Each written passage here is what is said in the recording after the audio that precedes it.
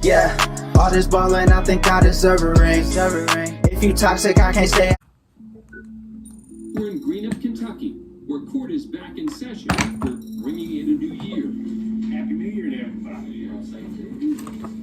That's Judge Robert Conley. He's been on the bench for more than 20 years and appears to be happy to be starting another. First up, why? a probation revocation hearing. Michael Ferner. The defendant, Michael Ferner, owes more than $9,000 in overdue child support to his ex-wife.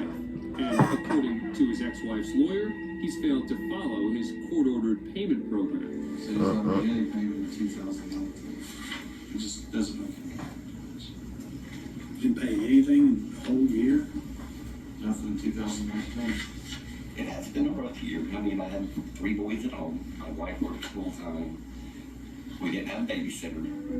After hearing the defendant's explanation, it's possible Judge Conley could give him a break to start the new year. Can I ask you a question? What kind of person has 3 kids when you can't even take care of one? Whoa. The kids are grown. They're 21 and 19. But they're living at home. I don't understand. You just said you had 3 kids. I think I had 3 livers. It's 5 kids. Consider to the client, Judge, your order is $238 a month plus $50 toward damages. Well, it changed next time I got the court. You know what? You just need to shut up. Uh-oh. The more you talk, the more ridiculous you sound. And just like that, the judge's New Year's cheer is out the window. Yep. Send him to jail. Send him to jail. What happened? Don't talk all you want over there. He ain't even do All nothing. you want over there. As Michael Kerner's taken into custody, Judge Conley issues a stern directive to everyone in the courtroom. When I'm talking, you better be listening. I only talk if I'm wanting you to know something. Don't try to talk over me. It's the most ridiculous thing in the world. If I'm saying anything, you better be damn listening. 20 minutes later, he calls defendant He tripped. Gary Willis forward. Unfortunately for Willis, he's also here today for failing to pay child support. Wow. Willis, how come you aren't paying what you're supposed to pay? I thought that I was paying. I just missed the court date. I got caught up Thanksgiving and you absolutely forgot. What am I supposed to do? What does the victim in your case who wants her money? I have to answer to them. They say, Judge, he doesn't pay. What are you doing about it, Judge? What are you doing? Bro, is you good? And do what you're supposed to do.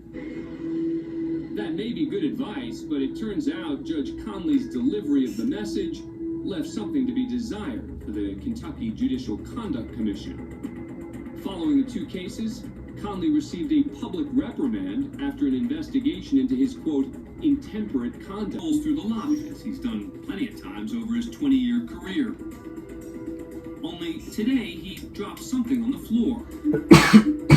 Normally, this wouldn't be a big deal. I bet it's a strap. Only the item that Claps drops on the floor is reportedly a loaded satin silver revolver. Yeah. Hey, I mean, In Illinois, weapons, even if you're properly licensed, are prohibited inside courthouses, unless you're an officer on duty.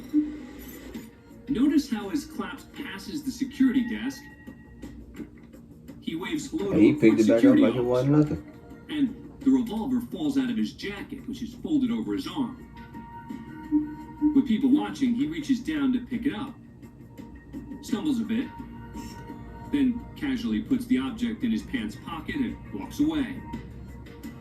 When the judge arrives at the elevators, Claps puts the gun back under his coat and continues with his day. Why?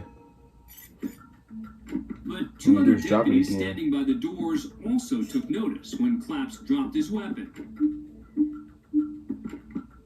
While they didn't take immediate action, they later report the incident to a lieutenant.